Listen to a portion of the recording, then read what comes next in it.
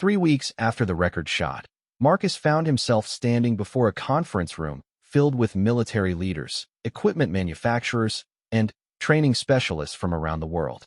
The simple equipment test that had started everything had evolved into an international symposium on extreme-range marksmanship and its military applications. The presentation he was about to give would mark a turning point not just in his own career, but in how the military approached long-range engagement capabilities. The data collected during the testing had been analyzed by teams of specialists, and the results challenged many existing assumptions about the practical limits of conventional military equipment.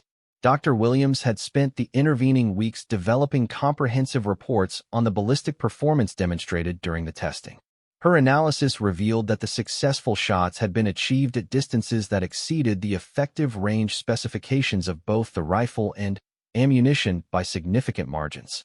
This discovery had implications for military procurement and doctrine that extended far beyond marksmanship training. "Ladies and gentlemen," Marcus began, addressing the assembled audience with the same calm precision he brought to shooting. "What we learned during our testing was that equipment limitations are often less restrictive than training limitations." The conference room was filled with people who understood the technical challenges of long-range shooting.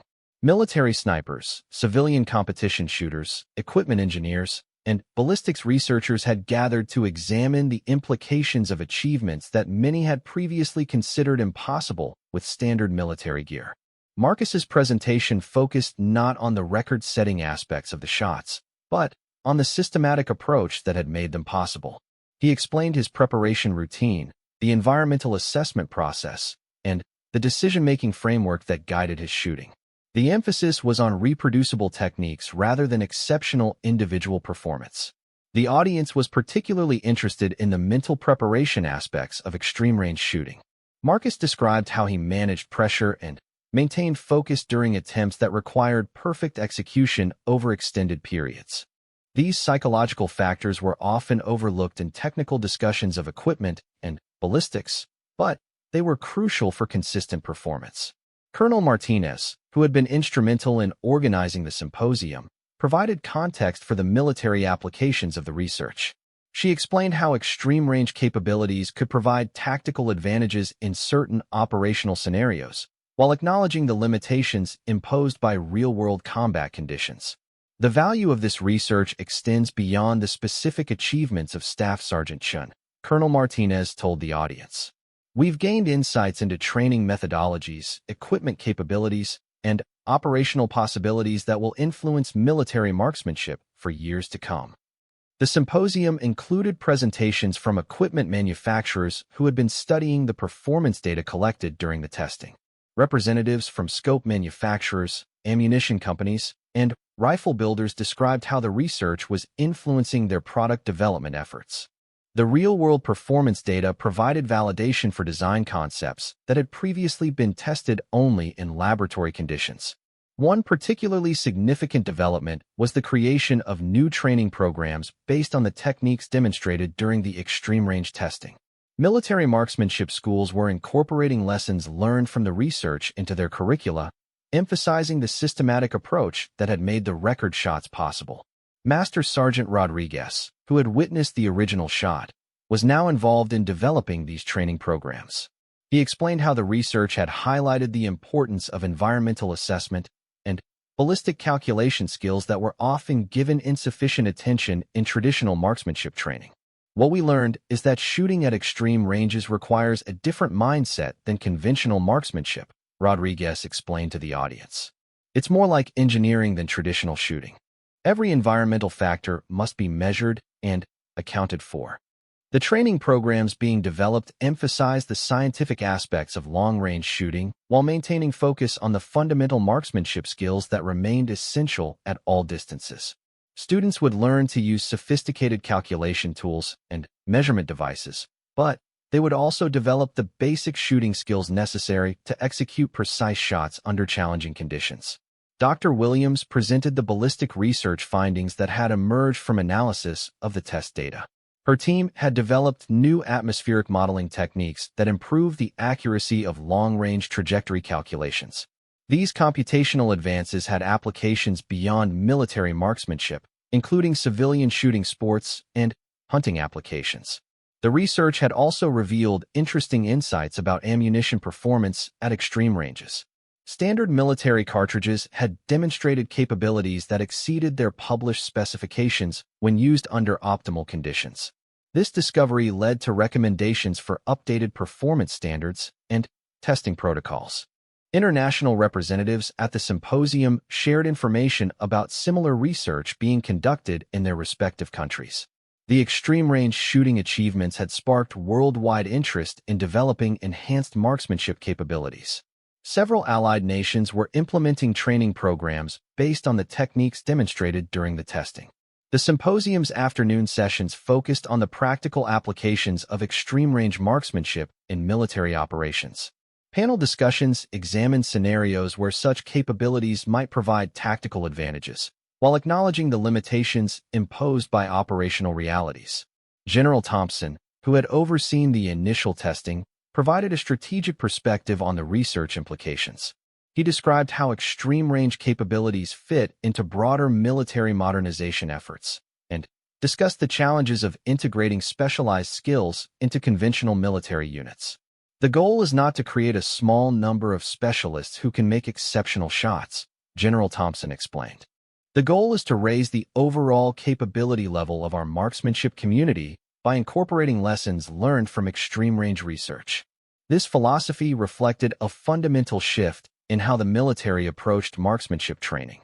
Rather than focusing solely on developing elite specialists, the emphasis was on improving the capabilities of all military marksmen by applying insights gained from extreme-range research. Equipment manufacturers used the symposium as an opportunity to preview new products developed in response to the research findings. Advanced scope systems incorporated features specifically designed for extreme-range applications, while ammunition companies introduced specialized cartridges optimized for long-range performance. However, Marcus emphasized during his presentation that equipment improvements alone could not replicate the performance achieved during the testing. The human factors, training, preparation, decision-making, and execution remain the most critical elements for success at extreme ranges. The symposium concluded with a live demonstration at the same range where the original record shots had been achieved. Marcus and several other military marksmen attempted shots at various extreme distances using different equipment configurations. The demonstration was intended to validate the training techniques and equipment improvements that had been developed in response to the original research. The demonstration shots were successful, with multiple hits achieved at distances exceeding 3,000 meters. However, the success rate was significantly lower than that achieved during conventional range shooting, illustrating the challenging nature of extreme-range marksmanship even under favorable conditions. The live demonstration provided valuable lessons for the audience about the realities of extreme-range shooting. While the techniques and equipment had been refined based on the research, the fundamental challenges of distance, environmental conditions, and human performance remained formidable obstacles. Following the symposium, Marcus was selected for assignment to the Army Marksmanship Unit, where he would continue developing extreme-range shooting techniques and training programs. This assignment represented a significant career opportunity while allowing him to contribute to advancing military marksmanship capabilities. The Army Marksmanship Unit was responsible for developing competitive shooting programs, training elite marksmen, and conducting research into advanced marksmanship techniques. Marcus's assignment would involve working with both military and civilian specialists to push the boundaries of what was possible in precision shooting. His first project with the unit involved developing a comprehensive training manual for extreme-range marksmanship.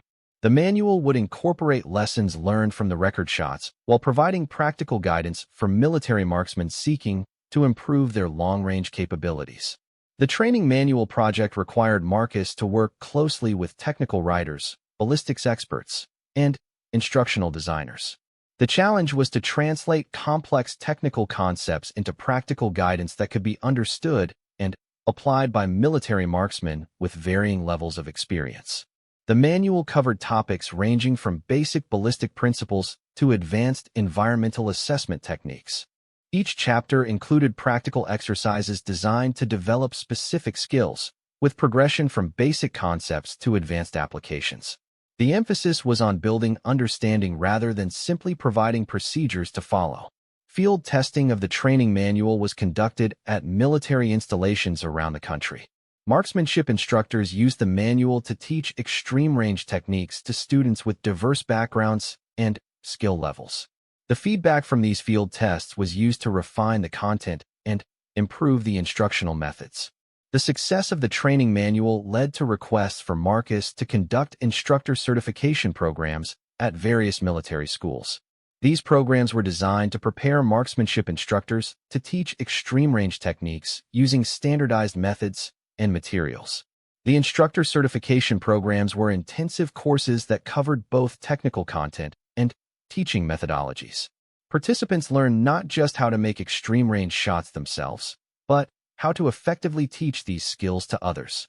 The programs emphasized the importance of safety, systematic progression, and realistic expectations. As word of the training program spread, requests for instruction began arriving from international military partners. Allied nations wanted to develop their own extreme-range marksmanship capabilities based on the techniques that had been developed through the research program.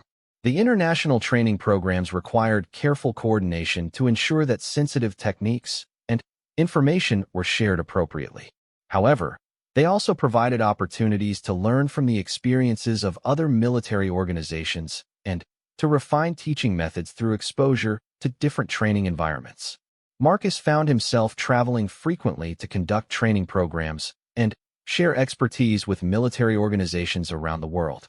These experiences exposed him to different approaches to marksmanship training while reinforcing the universal principles that governed accurate shooting regardless of equipment or environment.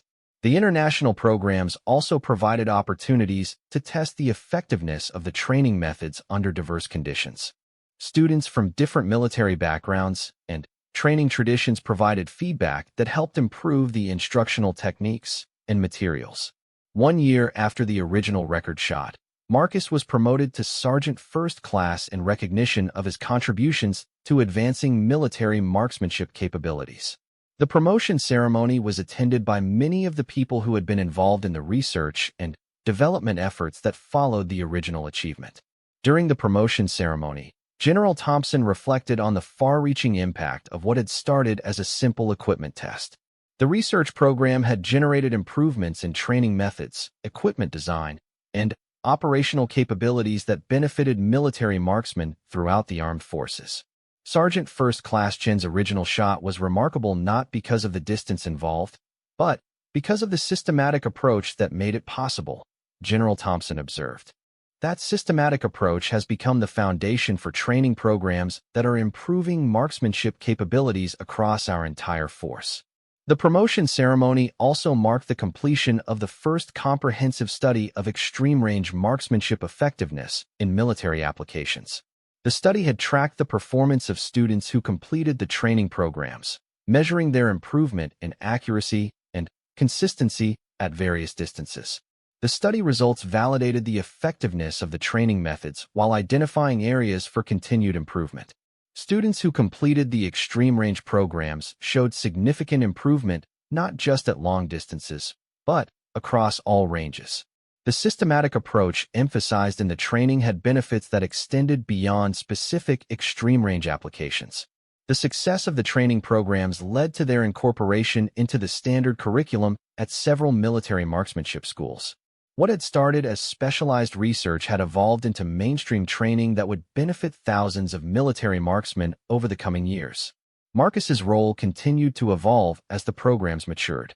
He transitioned from being primarily an instructor to serving as a program developer and coordinator. His responsibilities included overseeing the continued refinement of training methods, developing advanced curricula, and managing the instructor certification programs. The work was demanding but rewarding. Marcus could see the direct impact of his efforts in the improved performance of students who completed the training programs. Letters and reports from military units around the world described how the enhanced marksmanship capabilities were contributing to mission success in various operational environments. 5 years after the original record shot, Marcus reflected on the unexpected journey that had resulted from a simple equipment test. The single shot at 4,247 meters had generated research programs, training developments, and capability improvements that continued to influence military marksmanship around the world. The original achievement had been remarkable, but Marcus understood that its true value lay not in the record itself, but in the systematic approach that had made it possible. That approach had become a foundation for training methods that helped countless military marksmen achieve their own personal records and contribute to mission success. The legacy of that morning in Wyoming extended far beyond the individual achievement. It represented the power of systematic preparation, continuous learning, and the willingness to push beyond perceived limitations. These principles had applications that reached well beyond marksmanship into every aspect of military training and professional development. As Marcus prepared for his next assignment, he carried with him the lessons learned from an unexpected record that had changed the course of his career and influenced the development of military marksmanship for years to come. The single shot had opened doors to opportunities he never could have imagined, while reinforcing his commitment to the pursuit of excellence in every endeavor. The story of the 4,247-meter shot would continue to inspire military marksmen and serve as an example of what was possible when preparation met opportunity. However, its greatest impact would be measured not in distances or records, but in the improved capabilities and enhanced performance of the soldiers who benefited from the training programs and techniques that emerged from one remarkable morning in the high desert of Wyoming. The following morning brought a flurry of activity that Marcus had not anticipated. His phone rang at 0530 hours, well before his usual wake-up time. The caller was Colonel Martinez, his commanding officer, whose voice carried a mixture of excitement and concern that immediately put Marcus on alert. "Chun, I need you in my office at 0700. We've got some very interested parties who want to understand exactly what happened yesterday," Colonel Martinez said. Her tone suggested that the simple equipment test had become something much more complicated overnight. Marcus arrived at the colonel's office 15 minutes early, as was his habit. The waiting area outside her door was already occupied by several people he didn't recognize. Two men in civilian clothes sat quietly reviewing documents, while a woman in an Air Force uniform studied what appeared to be technical specifications on a tablet computer. When Marcus was finally called into the office, he found Colonel Martinez seated behind her desk alongside a man he recognized as General Thompson, the base commander. The general's presence immediately elevated the significance of the meeting beyond anything Marcus had expected. "Staff Sergeant Chun," General Thompson began, "your shot yesterday has attracted attention from some very high levels. The Pentagon has questions, and, frankly, so do I." The general gestured to a chair, and Marcus took a seat while trying to understand why a single long-range shot would generate such intense interest. He had assumed that the record would be noted in official reports and perhaps mentioned in military publications, but the presence of a general suggested something more significant was occurring. Colonel Martinez opened a thick folder and extracted several photographs. The images showed the target from yesterday's shooting session, but these were much more detailed than the documentation Marcus had expected. High-resolution cameras had captured not just the impact point, but also precise measurements and technical analysis of the shot's effects. These photographs were taken by a specialized team that arrived at the range last night, Colonel Martinez explained. "They've confirmed that your shot struck the target at exactly 4,247 meters. That's not just a personal record, Chun. That's potentially a world record for this type of equipment and ammunition." Marcus studied the photographs while processing this information. The images showed clear evidence of a bullet impact at the center of the target, with detailed measurements confirming the extreme distance. However, he still didn't understand why this achievement would generate such intense official interest. General Thompson provided the explanation. "There are several reasons why your shot has caught attention. First, it was accomplished using standard military equipment rather than specialized civilian gear. Second, it was achieved by a serving soldier under controlled, but not laboratory conditions. Third, and perhaps most importantly, it suggests capabilities that could have significant implications for military planning and doctrine. The general paused and looked directly at Marcus. What we need to understand is whether this was a lucky shot that can't be repeated, or whether it represents a reproducible capability that we can develop and deploy. Over the next hour, Marcus found himself answering detailed questions about every aspect of the previous day's shooting session. The interrogation covered his preparation routine, the specific ammunition used, the environmental conditions, his aiming strategy, and even his psychological state during the shot attempt. The civilian specialists, who were introduced as ballistics experts from a government research facility, were particularly interested in the technical details. They asked about the exact scope settings, the rifle's mechanical condition, and the specific lot numbers of the ammunition. Every detail was recorded and analyzed for factors that might have contributed to the shot's success. Dr. Sarah Williams, the lead ballistics expert, explained their interest in technical terms that Marcus found both fascinating and intimidating. At the distance you achieved, we're dealing with ballistic coefficients, atmospheric density variations, and Coriolis effects that push the boundaries of current computational models. Your shot provides real-world data that could improve our understanding of extreme-range ballistics. The meeting concluded with a request that surprised Marcus. General Thompson asked him to return to the range the following day and attempt to replicate the shot under carefully controlled and monitored conditions. A team of technical specialists would be present to document every aspect of the attempt, using equipment far more sophisticated than the basic range instrumentation that had recorded the original shot. "I want to be clear," General Thompson said. "This isn't about setting records or generating publicity. This is about understanding whether we've discovered a capability that could provide operational advantages in future conflicts." Marcus left the meeting with mixed feelings. On one hand, he was honored by the attention and the opportunity to contribute to military research. On the other hand, he understood that the pressure to replicate the shot would be immense. The original attempt had been made without expectations, but now the stakes were much higher.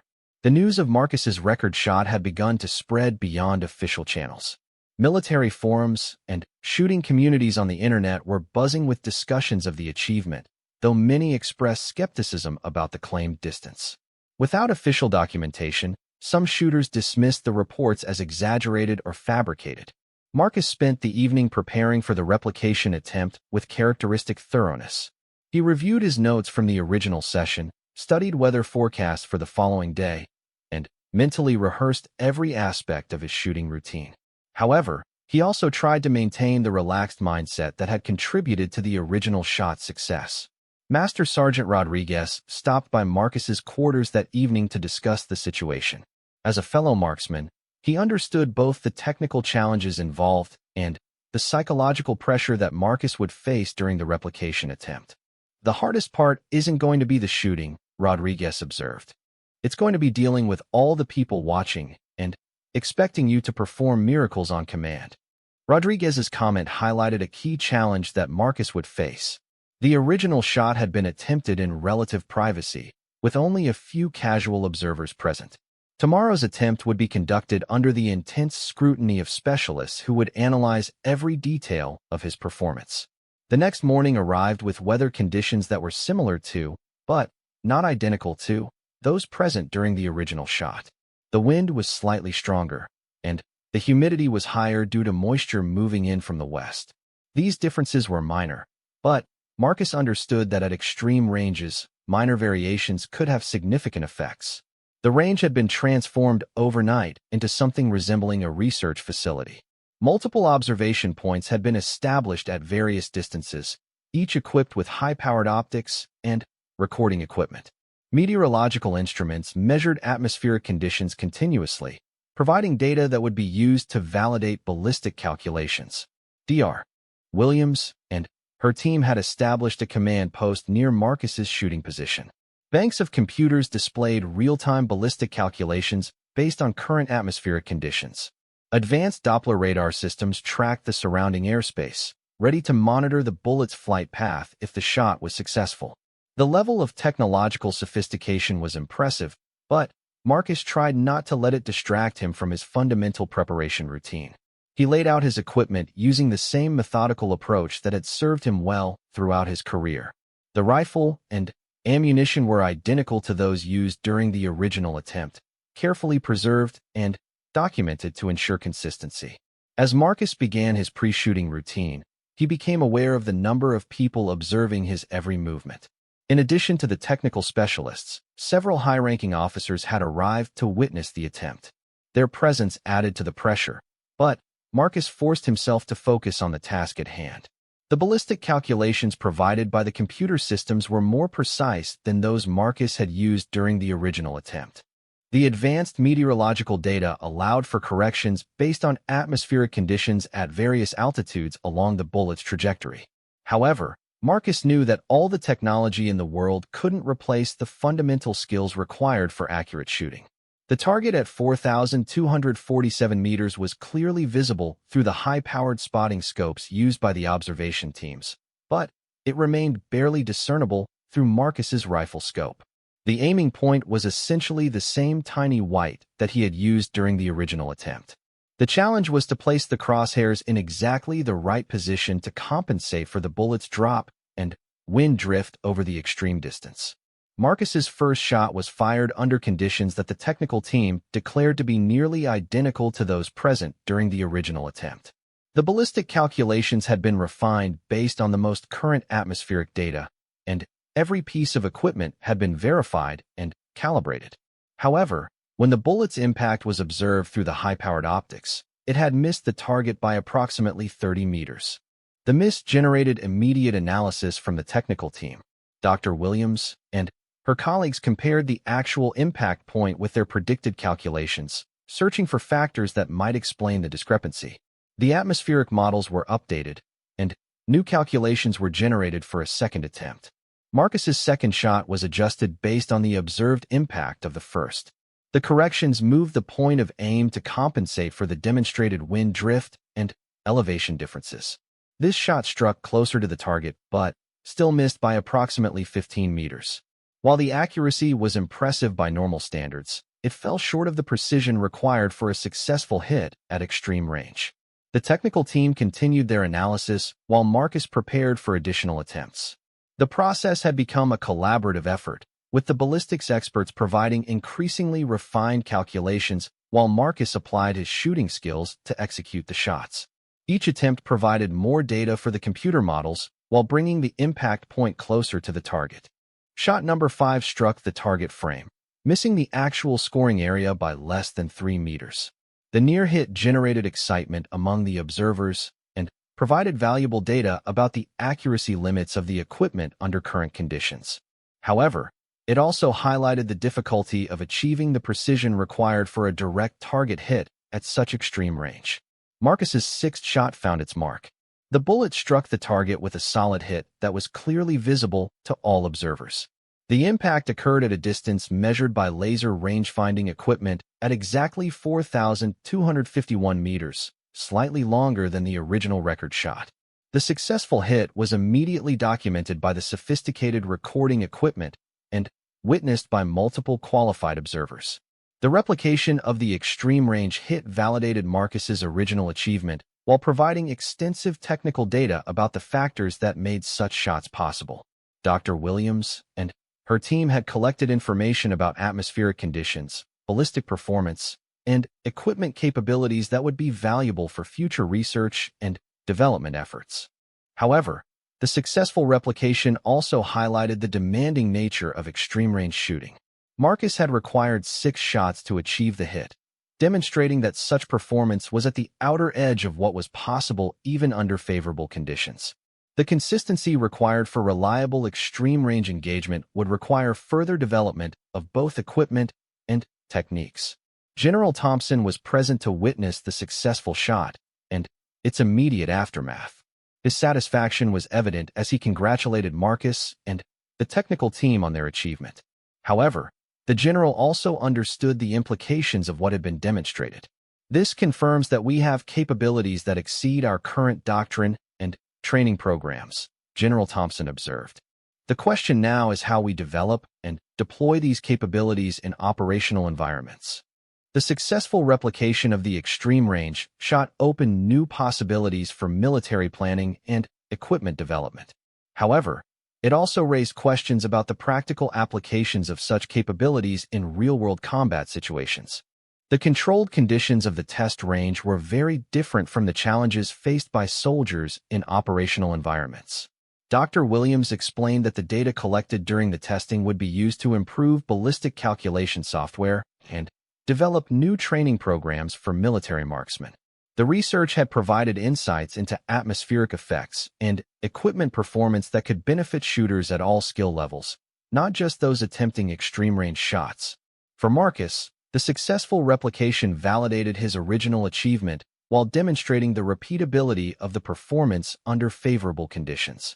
However, he understood that the true value of the research lay not in setting records, but in advancing the capabilities of military marksmen who might face life-or-death situations where such skills could make the difference between mission success and failure. The technical team began packing their equipment as the afternoon sun made further shooting impractical. Heat waves rising from the desert floor would interfere with optical systems and create unpredictable atmospheric conditions. The testing had accomplished its primary objectives while providing valuable data for future research efforts. As Marcus secured his equipment and prepared to leave the range, he reflected on the dramatic changes that had occurred since his simple equipment test 2 days earlier. What had begun as a routine evaluation had evolved into a significant military research project with implications that extended far beyond his personal achievement.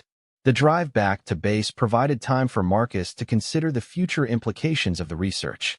He understood that his role as a marksman would likely expand to include training and development responsibilities related to extreme-range shooting. The military would want to incorporate the lessons learned from the testing into broader training programs and operational doctrines. The morning sun cast long shadows across the barren landscape of Wyoming's high desert. Staff Sergeant Marcus Chun adjusted his position behind the Barrett M82A1 rifle, feeling the familiar weight of the weapon against his shoulder. At 32 years old, Marcus had spent over a decade in the military, but today felt different. Today, he wasn't thinking about records or achievements. He was simply focused on the task at hand. The shooting range stretched out before him like an endless canvas of brown earth and scattered rocks. In the distance, mountains rose against the pale blue sky, their peaks still dusted with snow despite the late spring weather. The air was thin at this elevation, nearly 7,000 feet above sea level, and every breath required a conscious effort. Marcus had arrived at the range 3 hours before dawn. This wasn't unusual for him. He preferred the quiet hours when the world was still asleep, when the only sounds were the whisper of wind across the desert and the distant call of a coyote. These were the moments when he could truly focus, when the noise of daily life faded away and left only the essential elements: the rifle, the target, and the space between them. His commanding officer, Colonel Sarah Martinez, had assigned him to test a new scope system that had just arrived from the manufacturer. The military was always evaluating new equipment, searching for any advantage that might help their soldiers in the field. Marcus had volunteered for the assignment not because he was particularly interested in setting records, but because he genuinely enjoyed the precision that long-range shooting demanded. The rifle itself was nothing extraordinary by military standards. The Barrett M82A1 had been in service for decades, a reliable .50 caliber weapon known for its accuracy and stopping power. What made this particular setup different was the advanced optics package mounted on top. The new scope incorporated cutting-edge technology that promised to extend effective range and improve accuracy in challenging conditions. Marcus began his routine the same way he always did, with careful preparation. He laid out his equipment in neat rows on a small tarp beside his shooting position.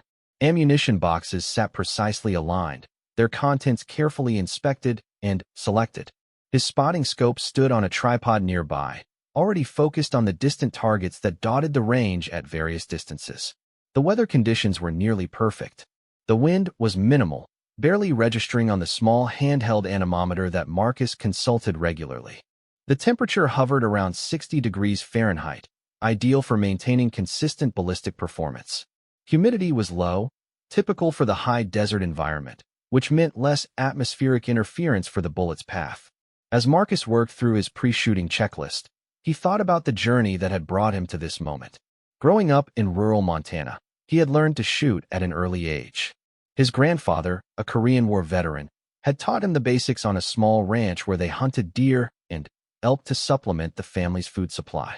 Those early lessons had instilled in him a deep respect for firearms and an appreciation for the skill required to use them effectively. His military career had refined those natural abilities. Years of training and practice had transformed him from a competent hunter into a precision marksman.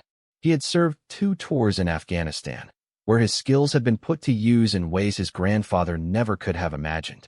The experience had been both rewarding and challenging, teaching him not just about shooting, but about responsibility, patience, and the weight that comes with taking a life. Now, back in the United States, Marcus found himself in a different role. As a senior non-commissioned officer, he was responsible for training the next generation of military marksmen. He took this responsibility seriously, understanding that the skills he passed on might one day save lives in combat situations around the world. The first phase of his testing protocol involved confirming the rifle zero at standard distances. Marcus fired several groups at targets placed at 200, 400, and 800 meters. The results were encouraging.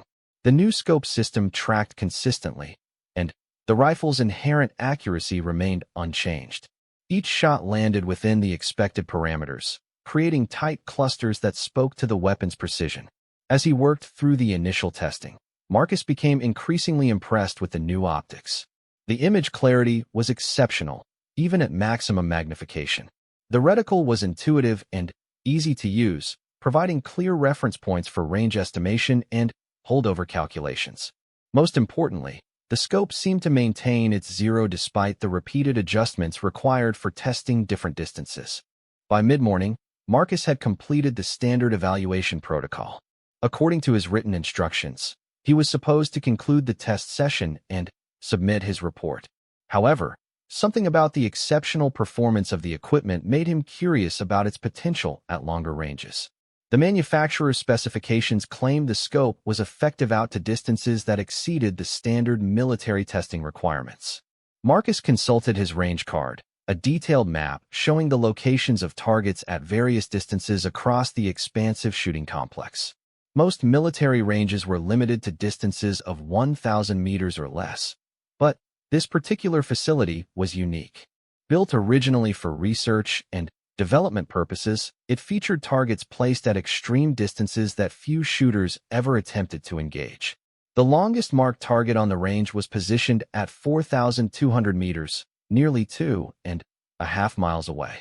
Marcus had noticed it during previous visits to the range, but had never seriously considered attempting a shot at that distance.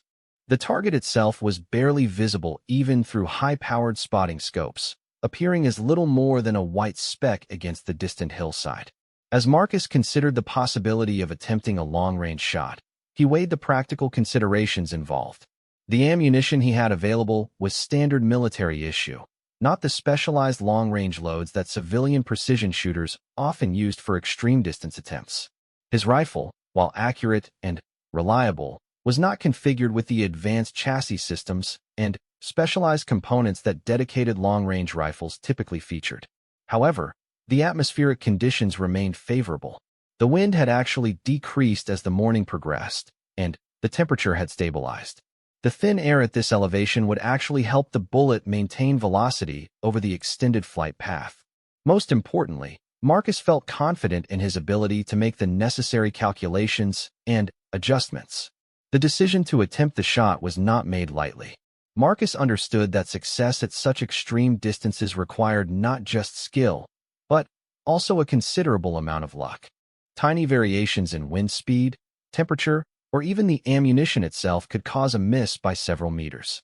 Even professional long-range competitors, using purpose-built equipment and hand-loaded ammunition, considered shots at 4,200 meters to be extremely challenging. Marcus began his preparation for the long-range attempt with characteristic methodical precision. He consulted his ballistic calculator, inputting the various environmental factors that would affect the bullet's trajectory. Air pressure, temperature, humidity, and wind speed all had to be accounted for. The calculator provided him with the necessary elevation and windage adjustments, though he knew that these calculations were only estimates at such extreme ranges. The ballistic solution called for an elevation adjustment of nearly 45 minutes of angle, an enormous amount that would require him to aim well above the target. At 4,200 meters, the bullet would follow a high, arcing trajectory that would take it hundreds of feet above the ground at its peak. The flight time would be over 6 seconds, an eternity in shooting terms that would allow ample opportunity for environmental factors to influence the bullet's path. Wind was perhaps the most critical factor to consider. Even a slight breeze that was undetectable at the shooting position could have dramatic effects on bullet placement at such distances. Marcus studied the terrain between his position and the target, looking for visual clues that might indicate wind patterns. Dust devils, moving vegetation, and the flight paths of birds all provided information about air currents across the intervening landscape. As Marcus made his final preparations, word of his attempt began to spread among the other personnel at the range. A small group of observers gathered behind his shooting position, maintaining a respectful distance while expressing curiosity about the unusual shot attempt. Among them was Master Sergeant Rodriguez, a fellow marksman who had served alongside Marcus in Afghanistan.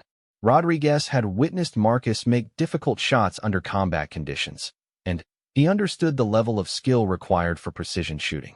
However, even he was skeptical about the possibility of hitting a target at 4,200 meters with standard military equipment. The longest confirmed shot he had personally witnessed was just over 1,200 meters, less than one-third the distance Marcus was attempting. Despite the skepticism of the observers, Marcus remained focused on his preparation. He had learned long ago that external pressure and expectations were simply distractions that could interfere with performance. His approach was to treat this attempt exactly like any other shot, focusing on the fundamental principles that governed accurate shooting regardless of distance. The rifle required significant adjustment to accommodate the extreme range. Marcus elevated the muzzle to the angle indicated by his ballistic calculator, a position that felt awkward and unnatural. Through the scope, he could barely see the distant target, which appeared as a tiny white dot against the brown hillside. The image was clear enough to provide an aiming point, but any error in his calculations or execution would result in a miss by a substantial margin. Marcus settled into his shooting position behind the rifle, adjusting his body to provide maximum stability and control. The bipod legs were extended to their full length, and he used a small sandbag under the buttstock to fine-tune the weapon's position. Every detail of his setup was carefully considered and methodically executed. His breathing pattern became slow and controlled as he prepared for the shot. Marcus had learned to use his respiratory cycle as a timing mechanism, firing only during the natural pause between breaths when his body was most stable. At extreme ranges, even the slight movement caused by breathing could affect accuracy. The trigger on the Barrett required a steady, straight-back pull to avoid disturbing the rifle's alignment. Marcus had practiced this fundamental skill thousands of times over the years, developing the muscle memory necessary to break the shot cleanly and consistently. As he applied pressure to the trigger, his focus narrowed to include only the sight picture and the smooth operation of the firing mechanism. The moment of firing arrived with surprising suddenness. Despite the long preparation and careful consideration, the actual shot seemed to happen almost without conscious thought. Years of training had created automatic responses that functioned independently of deliberate mental control. The rifle recoiled against Marcus's shoulder with its characteristic sharp push, and the report echoed across the desert landscape. Through the scope, Marcus could see the target clearly in the seconds immediately following the shot. At such extreme range, the bullet's flight time was long enough that he could actually observe the impact area through his optics. For several seconds, nothing seemed to happen. The target remained unchanged, and Marcus began to prepare for the disappointment of a clean miss. Then, suddenly, a small puff of dust appeared near the target area. The cloud was barely visible, but it indicated that something had struck the hillside in the vicinity of the target. Through his spotting scope, Master Sergeant Rodriguez was studying the same area with high-powered optics that provided better detail than Marcus's rifle scope. Rodriguez's voice cut through the desert silence with excitement and disbelief. The shot had not just landed near the target area, it had actually struck the target itself. At 4,200 meters, using standard military equipment and ammunition, Marcus had achieved what many considered impossible. The small group of observers erupted in spontaneous cheers and congratulations, but Marcus himself remained calm and focused. For Marcus, the successful shot represented not a triumph of individual achievement, but rather a validation of the training and preparation that had preceded it. Every element had come together perfectly. The equipment had performed as designed, the environmental conditions had remained stable, and his execution had been flawless. Most importantly, the shot demonstrated the potential capabilities of standard military equipment when used by skilled personnel under optimal conditions.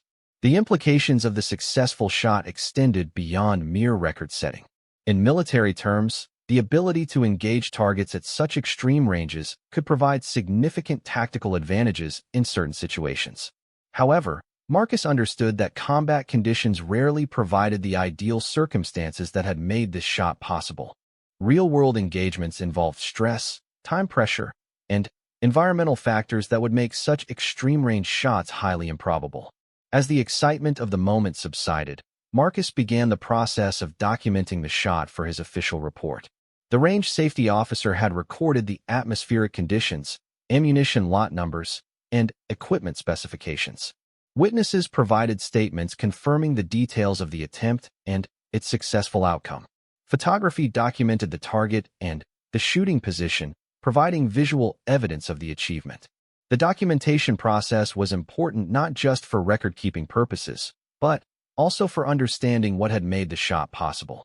Future attempts to replicate the performance would require careful analysis of all the contributing factors. The military was always interested in understanding the outer limits of equipment capabilities, and this shot provided valuable data for future research and development efforts. As the morning progressed, news of the record shot began to spread beyond the immediate vicinity of the range. Phone calls and radio messages carried the information to higher headquarters, where officers and officials struggled to comprehend the significance of what had been accomplished. A shot at 4,200 meters exceeded many existing records and pushed the boundaries of what was considered possible with conventional military equipment. Marcus found himself at the center of increasing attention as word spread. Requests for interviews and additional information began to arrive, along with inquiries from technical specialists who wanted to understand the details of the equipment and conditions involved. However, he remained focused on completing his original mission, the evaluation of the new scope system. The remainder of his testing protocol proceeded smoothly, though it seemed almost anticlimactic after the dramatic success of the long-range shot. The new optics continued to perform exceptionally well at all distances, confirming Marcus's initial positive impression of the equipment. His final report would recommend the scope system for adoption, based both on its technical performance and its demonstrated potential under optimal conditions. As the sun reached its zenith and the desert began to heat up, Marcus concluded his testing session. The atmospheric conditions that had been so favorable during the morning hours were beginning to change. Wind speeds were increasing, and heat waves rising from the sun-baked earth would soon make long-range shooting much more difficult. The successful shot at 4,200 meters had taken less than 10 seconds from preparation to impact, but its effects would continue to ripple outward for much longer. Equipment manufacturers would study the data to understand how their products had performed under extreme conditions. Military planners would analyze the tactical implications of extended engagement ranges. Training specialists would examine the shot to identify lessons that could be incorporated into instruction programs. For Marcus, however, the shot represented something more personal and immediate. It was confirmation that years of dedicated practice and study had prepared him to perform at the highest levels when conditions permitted. It was validation of the training methods and equipment that the military had provided. Most importantly, it was a reminder that human skill and determination could still achieve remarkable results, even in an age of increasingly automated warfare. As he packed his equipment and prepared to leave the range, Marcus reflected on the unexpected nature of the day's events. He had arrived with the simple intention of evaluating new equipment, but had ended up setting a record that few people would believe without extensive documentation. The shot had been the result of preparation, skill, and favorable conditions coming together in a perfect moment. The drive back to base gave Marcus time to process what had happened and consider its implications for his future. He understood that the record shot would likely bring new opportunities and responsibilities. There would be requests for demonstrations, training assignments, and possibly selection for specialized units that required extreme precision shooting capabilities. However, Marcus also understood that one exceptional shot, no matter how impressive, did not define a shooter's capabilities. Consistency and reliability under varied conditions were far more important than occasional spectacular achievements. The military valued marksmen who could deliver accurate fire when it was needed, regardless of whether the conditions were ideal or challenging. The successful shot at 4,200 meters would become a significant moment in Marcus's military career, but it would not be the defining moment. That distinction belonged to the cumulative effect of thousands of hours of training, practice, and dedication that had prepared him to succeed when the opportunity arose. The record was simply the visible result of invisible preparation.